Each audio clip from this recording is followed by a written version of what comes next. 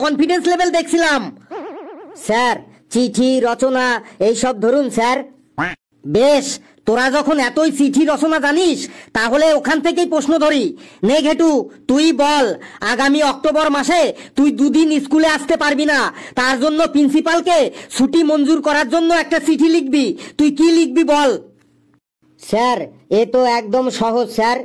Two the principal, Badampara junior school মহাশয়, আমার বিনীত নিবেদন এই যে আমি ঘটিন্দর কুলচাটে ওরফে ঘেটু আমার দিদির দেওরের বিবাহ উপলক্ষে আগামী 5 ও 6 অক্টোবর স্কুলে উপস্থিত থাকিতে পারিব না, তাই আপনার কাছে মাথা নষ্ট করিয়া করজোরে আবেদন করিতেছি ওই 2 দিন আমার ছুটি মঞ্জুর করিয়া দিবেন। আমি এটাও জানি যে আমার কথা আপনার বিশ্বাস হইবে না, তাই ওই বিবাহতে আপনার ও আপনার পরিবারের নিমন্ত্রণ রইল। আপনি আপনার পরিবার দিগকে লইয়া 5 ও 6 অক্টোবর আমার দিদির দেওরের বাড়িতে আপনি পদধূলি দিবেন এবং যাহা আয়োজন হইবে তাহাই পেট পুরিয়া খাইয়া যাইবেন। ইতি আপনার অনুগত বিশ্বস্ত ছাত্র ঘটিন্দর কুলচাটে ওরফে ঘেটু। বাহ বাহ বাহ, কি সুন্দর চিঠি লেখা, কি সুন্দর ভাষা, কিন্তু প্রবলেম একটাই, তোকে আমি ইচ্ছে থাকা সত্ত্বেও মারতে পারছি না। স্যার বসবো এবার? না, তুই শুধু হাত দুটো নিচে নামাতে পারবি কিন্তু বসতে পারবি না।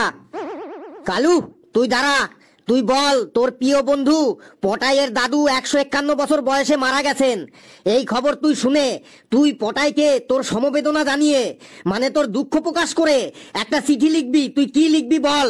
স্যার প্রথমত পটাই নামে আমার কোনো বন্ধুই নেই, আর দ্বিতীয়ত আমার সব বন্ধুর দাদুরা 2য় বিশ্বযুদ্ধের সময় মারা গেছেন, তাই স্যার এই চিঠিটা আমার পক্ষে লেখা সম্ভব না। আমাকে আর রাগাস না কিন্তু তুই, না হলে কিন্তু তোর পিঠে এখনই কিল চর ঘুষি পড়ে যাবে। এই কেউ পারবি বলতে? কি ব্যাপার সবাই যে চুপ করে আছিস, চিঠিটা কেউ বলতে পারবি না? স্যার আমি বলবো? তুই তো আবার সেই উল্টো পাল্টা নিজে নিজে বানিয়ে কুনিয়ে বলা শুরু করবি। বেশ, কেউ যখন বলতে পারছে না তখন তুই বল, খারাপ লাগলেও নিরুপায় হয়ে আমার শুনতে হবে। স্যার প্রশ্নটা আরেকবার বলুন, কি চিঠি লিখবো? ওই দেখ, তুই প্রশ্নটাই মন দিয়ে শুনিসনি, মন দিয়ে শোন। ধর তোর প্রিয় বন্ধু পটাইয়ের দাদু 151 বছর বয়সে মারা গেছেন, এই খবর শুনে তুই পটাইকে তোর সমবেদনা জানিয়ে মানে তোর দুঃখ প্রকাশ করে একটা চিঠি লিখবি। তুই কি লিখবি বল। স্যার বলছি স্যার, প্রিয় বন্ধু পটাই, গতকাল তোর চিঠি পেয়েছি, তোর চিঠির খামটা খুললেই আমার একদম গায়ের লোম দাঁড়িয়ে গেছে, মাথার চুল খাড়া হয়ে গেছে, চোখটা লাল হয়ে গেছে, আমার হাতে তালু আর পায়ের তলা থেকে একদম ঘেমে টপ টপ করে জল ঝরতে শুরু করেছে। তোর দাদু এই পৃথিবীতে আর নেই, এটা ভাবতে আমার যেন দাঁতটা খিচুনি ধরে যাচ্ছে। এত অকালে এত অল্প বয়সে তোর দাদু আমাদের ছেড়ে চলে যাবে কোনো দিনও ভাবতে পারিনি, এটা বিশ্বাস করতেই যেন আমার পেটের নাড়ি একদম শুকিয়ে যাচ্ছে। কি সব বলছিস? 151 বছর বয়সে মৃত্যু হয়েছে, এটা আবার অকাল মৃত্যু হলো কি করে? স্যার 151 বছর বয়স এই 5G জামানায় এটা আবার কোনো বয়স হইল? শুধু 51 বছর বাঁচতেই এখন মানুষের কাল ঘাম ছুটে যায়, আর উনি তো 151 বছর বেঁচেছে। স্যার বন্ধুটা কার আর চিঠিটা কে লিখছে?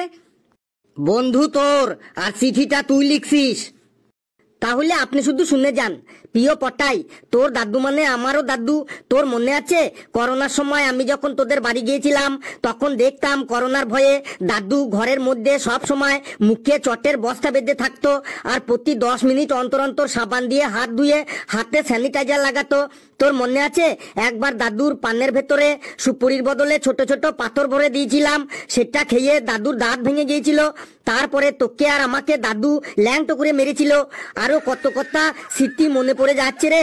দাদু কুমড়ো খেতে কি ভালোবাসতো রে। তারপরে দাদু কাঁঠালের থেকে কাঁঠালের আটিটা খেতে ভালোবাসতো। দাদু দুধ খুব কম খেত, কিন্তু দুধ খেতেই না, দুধের স্বাদটা খেতে ভালোবাসতো রে। তোর মনে আছে ছোট্টবেলায় তুই মাংসটা খেয়ে নিতি আর দাদু সেই মাংসের হাড়গুলো চিবিয়ে চিবিয়ে খেয়ে নিত। দাদু মাংস খেতে ভালোবাসতো না, কিন্তু মাংসের হাড়গুলো খুব খেতে ভালোবাসতো। কত কথা স্মৃতিতে মনে পড়ে যাচ্ছে রে পটাই। পটাই কত কথা। একদিন তুই মিষ্টি ভেবে নারকেলের গুটিগুলো চিবিয়ে চিবিয়ে খাচ্ছিলি, আর দাদু সেটা দেখতে পেয়ে তোকে চুলের মুঠি ধরে কি মার মারলো রে, মনে আছে পটাই? এখন সব কথা আমার মনে পড়ে যাচ্ছে পটাই, সব কথা। একবার দাদু টিকিট না কেটে ট্রেনে উঠেছিল, টিটিতে দাদুকে 10 টাকা ফাইন করেছিল। তারপর থেকে দাদু আর ট্রেনে চাপতো না, কোথাও যেতে হলে টিকিট কেটে লাইন ধরে হেঁটে হেঁটে চলে যেত, তাও টিটির ভয়ে ট্রেনে উঠতো না। আরো কত স্মৃতি কত কথা মনে পড়ে যাচ্ছে রে পটাই, কিন্তু সেই দাদু আর নেই, আমাদের মধ্যে আর নেই, এটা ভাবতেই পারছি না পটাই।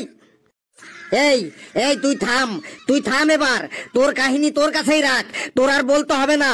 আর একটু হলেই কিন্তু আমি একদম অজ্ঞান হয়ে যাব। তোরা সবাই বস, আমি এখন আসি।